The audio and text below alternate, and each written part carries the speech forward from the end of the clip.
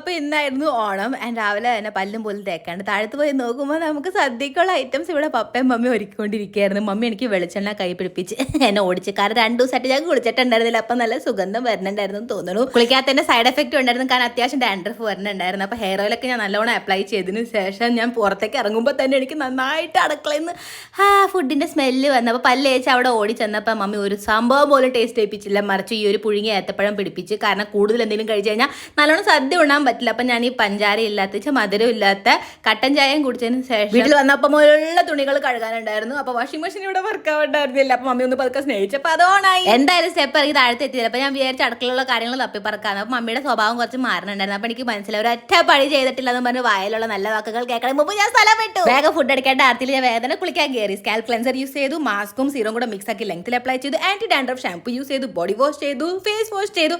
എന്നിട്ട് ഈ ഒരു ഹേലം സ്റ്റോൺ യൂസ് ചെയ്തിട്ട് ഇവിടെ എന്നെ കംപ്ലീറ്റ് കുളിയൊക്കെ കഴിഞ്ഞ് ഞാൻ കുട്ടപ്പിയായി. ഇവിടെ ചൂടുണ്ടെങ്കിൽ പോലും സ്കിൻ ഡ്രൈ ആവുണ്ടായിരുന്നു. അപ്പോൾ ഒരു ലൈറ്റ് മോയ്സ്ചറൈസർ അപ്ലൈ ചെയ്തിട്ട് ഞാൻ നന്നായിട്ട് ബോഡി സൺസ്ക്രീൻ യൂസ് ചെയ്ത് ഇതിനകത്ത് തപ്പിപ്പറക്കി സ്കിൻ കെയർ ഒക്കെ അപ്ലൈ ചെയ്തിട്ട് ഞാൻ താഴത്തേക്ക് ഓടി.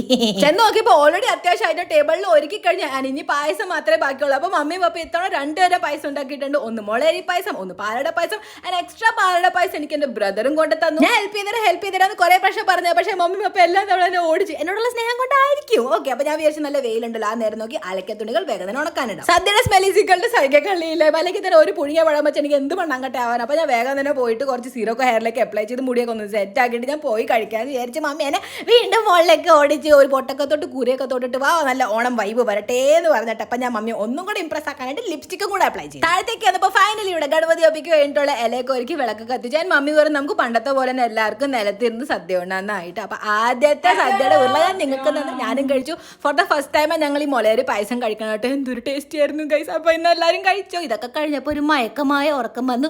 സുഖമായിട്ട് ഞാൻ കിടന്നുറങ്ങി. രാത്രിക്ക് വേണ്ടിയാണ് ഞാൻ കൂടുതൽ ഹാപ്പി. കാരണം ഒരു കലം നിറച്ച് ഇസ്റ്റ് ഫുൾ എനിക്ക് ഡെഡിക്കേറ്റഡ് ആയിട്ടുള്ളതായിരുന്നു.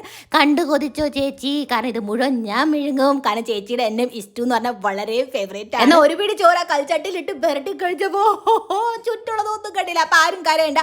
ഇതിൻ്റെയൊക്കെ ലോങ് വ്ളോഗും ഞാൻ പോസ്റ്റ് ചെയ്യണതാണ്. അപ്പം ലൈക്ക് ചെയ്യുക, സബ്സ്ക്രൈബ് ചെയ്യുക.